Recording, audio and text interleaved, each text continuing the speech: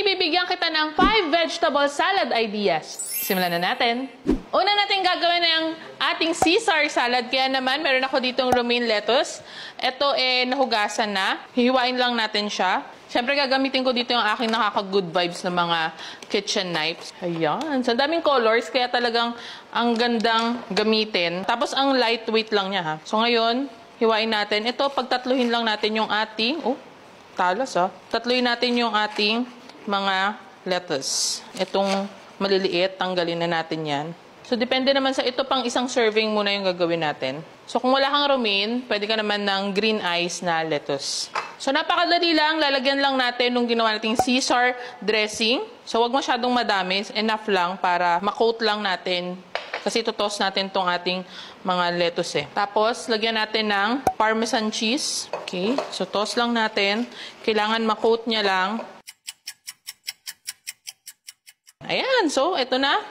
Lagay na natin dito. Actually, ito ay good for 1 to 2 persons. At, syempre, lalagyan natin ng toppings yan. Lalagyan natin ng croutons. Ito ay nabibili po sa mga supermarkets. Kung wala kang croutons, tapos meron ka naman tinapay dyan, meron kang oven dyan, diba? Pwede mong i-toast. Tapos, lagyan natin ng Parmesan cheese.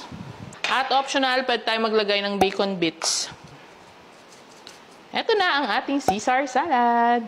Next na gagawin naman natin yung ham and egg vegetable salad. Ngayon, yung meron akong romaine, pagsasamahin natin romaine and yung green ice natin. So, hiwain lang natin. Again, pagtatluhin. Pero depende sa'yo kung gusto mo ng mas medyo maliit, pwede naman, pwede mong pag-apatin. Pero ito kasi dulo na to kaya tanggalin na natin yan. So, pang isang serving ulit, lagay natin na dito, nauna na siya. Sarap nito, promise. So, mga nagda-diet-diet dyan, dahil malapit na naman mag-New Year, kailangan na natin mag-diet-diet, diba? So, puro salad na lang tayo. Hindi ka mauubusan ng mga salad ideas. So, after nito, lagay ko muna to dyan. Hiwain naman natin yung ating ham. So, since ham and egg nga siya, pwede naman na ang hiwa mo pagtatluhin mo lang din, square, no? Kwadrado. Yan. Pwede malalaki, pwede masilitan mo pa ng konti. So, ito, ipatsin natin dito yan. Parang nagagawa tayong pizza, no? Next, ilalagay naman natin yung ating pipino. So, itong pipino, tanggalan lang natin ng ends. Naugasan na rin po ito. Tapos, medyo scrape lang natin yung mga matitigas na part, pero wag lahat na balatan natin. Gawa ng, pag in-scrape natin lahat yan, hindi na masyadong maganda sa pag nilagay natin. So, para nangingibabaw yung pagka-green niyang ating cucumber. So, ito, since ang ginawa natin dyan ay pa-kwadrado na, so, ito rin, gawin na lang din nating pa-kwadrado ng konti. Paano yun? Bilog yan. So, ganito lang yan. Half lang natin. O, diba? So, lapat ulit muna natin. Lagay natin sa mga pwedeng paglagyan. And then, syempre, next na natin yung ating kamatis. So, tanggalin natin yung ends ng ating kamatis. Tiin natin. Pag salad, tinatanggal ko po yung mga buto. Pwede kasing ganyan O, diba? Tapos, ito pwedeng pa hati lang. Okay. Lagay ko na ulit. Yan. Next naman, ilalagay natin yung ating itlog. So, nakakat na rin to. Yan lang natin dito yan. Depende kung ilang itlog ang gusto mong ilagay. Pero sa akin dito, since isang serving lang, 3 itlog lang. And, of course, ang ating pang finale is yung ating Thousand Island na ginawang dressing. And then, strike lang natin. Pag ganito lang ang ating Thousand Island. Yun. At, ito pa, last. Ang ating cheddar cheese. Sarap! At ito na ang ating ham and egg vegetable salad. At para sa ating salad number 3, gagawa tayo ng garden salad. Meron tayo ditong, again, romaine. Laging mix na lang kung meron naman. Ito naman, mas maliliit compare doon sa ating naunang dalawa. Ito, lagyan na natin sa plate. And then, maglalagay tayo dito ng carrots. So, carrots, thinly slice lang. Maninipis. Pa-julienne lang siya. Sama na natin itong mga maliliit na to. Kasi sayang naman. So, ganito siya kaninipis. Lagay natin, scatter lang natin dito sa ating lettuce. So, next naman yung ating cucumber. So, mag-ano lang tayo ng mga thumb size na haba. Ang maganda kasi kung gaano kanipis yung iyong ibang mga ingredients, pare-pareha sila. Pero depende kung gusto mo naman ng medyo pa-kwadrado o kaya pa-wedge, pwede naman. So, lagay natin. So, maghiwa muna tayo dito ng kamatis. Pag sa salad, ang kamatis ay tinatanggalan ng buto. Then, Same, thinly slice. So, lagay natin dito. Then, lagyan ulit natin ng ating cucumber. Pambalanse lang. At, syempre, meron tayo ditong onion. So, supposedly, white onion to. Pero, since mahirap makahanap ng mga white onions ngayon dahil nga ang mahal, di ba? So, gagamit tayo ng konting red onion. So, ito dapat thinly slice talaga. So, half lang nung ating red onion. Tapos, tanggalin natin yung mga gitna. Okay? So, tap natin dito. At syempre, para sa ating dressing, gagamit pala ako ng ranch dressing. Yun, oh. At ito na ang ating garden salad. Next naman natin ay ang strawberry lettuce salad. Kaya, gagamit ako ng green ice na lettuce. Again, medyo maliliit lang. Yan, pag-apatin natin yan.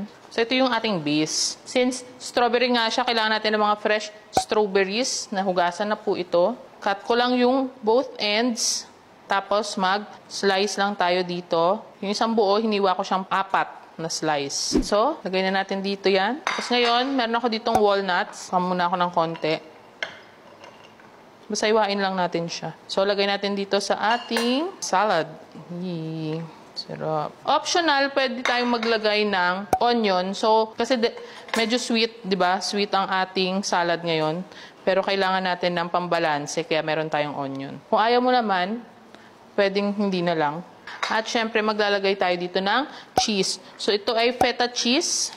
Ito ay kakrumb na lang natin. Tapos, syempre, ang ating dressing dito, kanina ko pa naaamoy at syempre, bagay na bagay, ang honey balsamic dressing natin. So, maglagay na ako. You know. Sarap. Ito na ang ating strawberry lettuce salad. At ang pang-last natin ay ang ating avocado and egg salad. Ang gagamitin natin ay green ice lettuce. Pag-apatin lang natin. Tapos lagay natin dito sa ating bowl. Meron ako ditong cucumber. Again, thumb size lang. Hindi masyadong manipis. Kwa-kwadrado natin to. So, next natin, yung ating mga cherry tomatoes. Kung wala kang cherry tomatoes, kahit yung regular na tomato na lang. So, ito naman, good to go na to. Hatiin lang natin sa gitna. Kahit hindi natanggalan ng buto yan, kasi konti lang naman. Yan, lagay natin dyan. At onion, kwadrado ulit. Okay. Lagay natin yan dyan. Avocado. Hindi natin lahat ilalagay kasi pang isang serving lang. So, pa-kwadrado lang din. Yan. So, itakip muna natin. Baka mangitim. No? I-toss na natin yung ating honey mustard dressing na ginawa. Lagyan natin ng salt, pepper, chili flakes. Optional to kung gusto nyo medyo may kick lang. Oregano powder. Konti lang din. Toss natin yan. So, depende, pwede ka pang mag-add ng honey mustard dressing ha, kung nakukulangan ka. Sagay natin dito sa ating plate. Ngayon, ilagay na natin yung ating mga cherry tomatoes. Balansehin lang natin yan. Tapos yung ating red onions, cucumber, tapos yung ating avocado, at syempre yung ating boiled egg. So yung ating egg, pa-wedge lang siya, 3 lang din. Tapos, pang toppings natin ay magdadrizzle lang tayo ng konting honey mustard. Yun. Okay. Avocado and egg salad. At ito na ang ating 5 vegetable salads. Meron tayo dito Caesar salad, ham and egg salad, strawberry lettuce salad, garden salad, at ang ating avocado and egg salad. Siyempre, hiniwa ko yan kasama ang aking mga cutie na mga kitchen knives. Ayan. So, set na talaga to 6 na piraso yung laman niya sa isang box. Kaya naman, i-click mo yung link or tingnan mo dito sa comment section para dun sa link ng kung saan mo pwedeng mabili itong ating mga cutie na kitchen knife set. Ayan. At syempre, para sa recipe ng ating mga dressing na ginamit dito, i-check mo yung video dito. Kaya naman, i-click mo yung link sa description ng video na to. Like and share this video and follow me on other social media platforms para updated ka pa sa mga recipes natin.